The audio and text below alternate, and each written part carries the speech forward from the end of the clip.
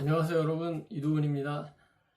제가 매일 아침 30분씩 뛰고 샤워를 한 다음에 일을 시작하는데 한국은 오늘 아침 8시 기온이 섭씨 25도가 넘었네요. 북반구는 점점 더워지는 것 같습니다. 그래도 파이팅 해야 되겠죠? 오늘은 여러분 질문 하나 드리는 것으로 시작할까요?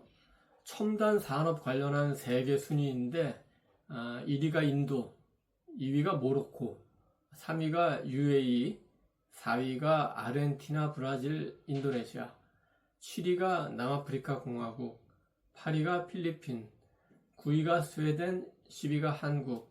어떤 순위인지 아시겠어요? 바로 인구 대비 챗 GPT를 가장 많이 사용하는 나라 순서입니다.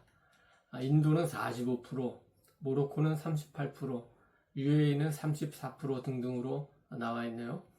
미국은 어디가 있을까요? 저 아래 10위 기록하고 있는데 23%라고 합니다. 중국, 독일, 프랑스는 그보다도 더 밑에 쳐져 있네요. 왜 인도가 1위일까요? 인도가 챗GPT 사용자가 많다는 것은 충분히 그럴 만한 이유가 있기 때문입니다. 인도는 세계 최대의 프로그래머 및 기술 인력 공급국이죠. IT 산업 종사자가 많습니다. 이미 글로벌 기술 생태계의 중심이라고도 할 수 있는데요. 실리콘밸리의 수많은 기술 인력, 또 CEO들 가운데 인도 출신이 많죠. 영어 기반 환경도 중요합니다. 챗GPT 활용의 언어적 장벽은 낮습니다. 여러 언어로, 한국어로도 서비스를 하지만 그 서비스 체계의 기본은 어차피 영어라고 할 수가 있죠. 그런데 제가 유튜브를 운영해 보니까 힌디어로도 제가 방송 자막을 제공하는데 제법 시청자들이 있습니다. 그래서 이제 막 시작해서 아직 그 의미 있는 통계는 못 드리겠지만 적절한 시점에 제가 인도의 영어와 힌디어 사용 인구에 대해서 조금 설명을 드리겠습니다.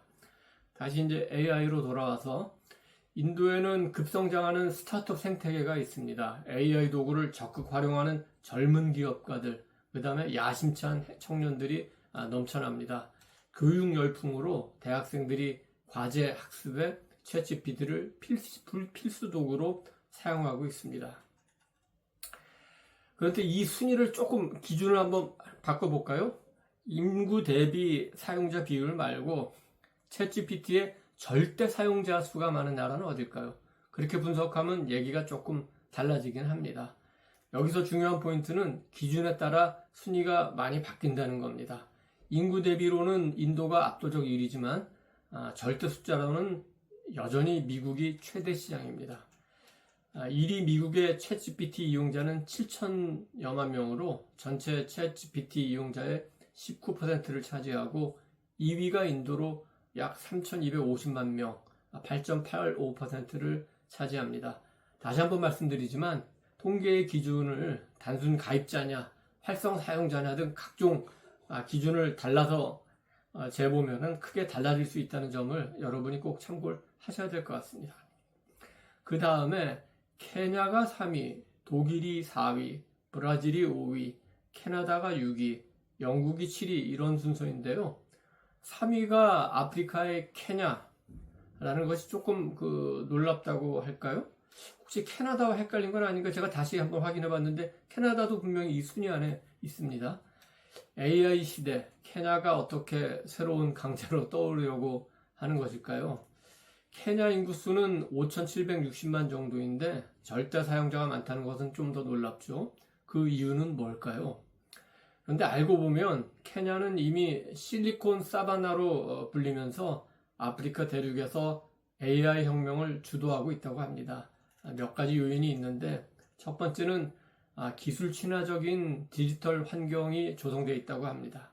케냐는 실리콘 사바나라는 별명을 가진 동아프리카의 기술 허브입니다. 모바일 결제 시스템인 엠페사의 성공 이후에 디지털 전환이 빠르게 진행되었다고 합니다. 인터넷 보급률과 스마트폰 사용률이 아프리카 평균보다 훨씬 높습니다.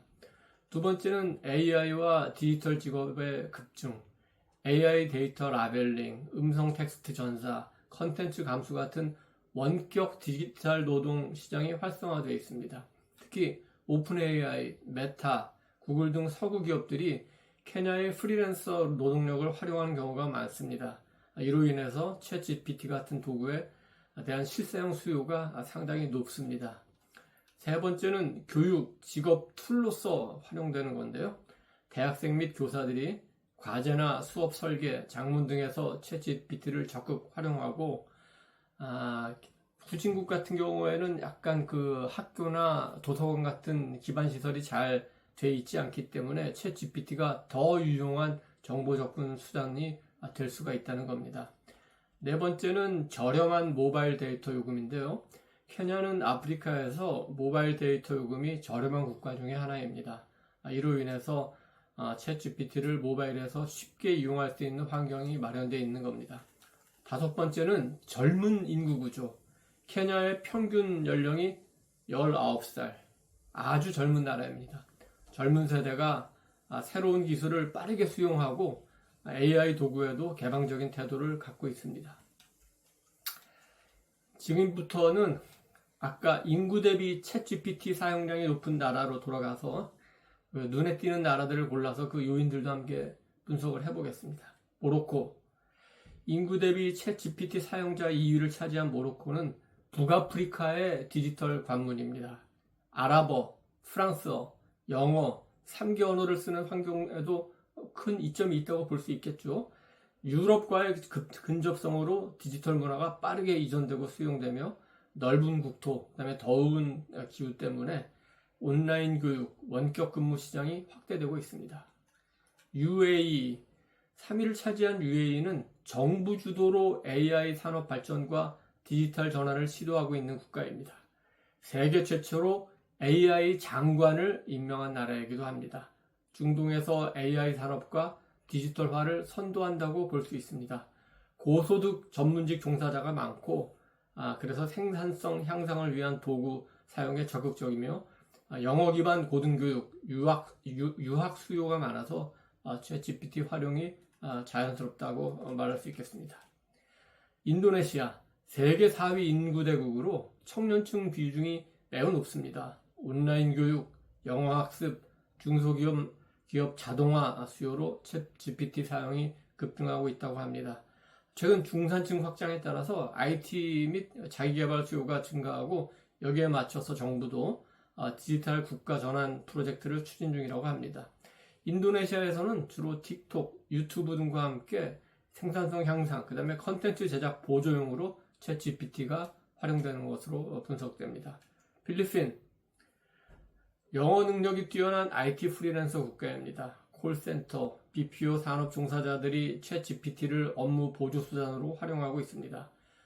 또 반면에 AI로 인해서 콜센터 산업이 위협받는 측면도 생기니까 적극적으로 다른 직업 전환 기회를 찾기 위해서 챗GPT 학습 열풍이 부는 측면도 있다고 합니다.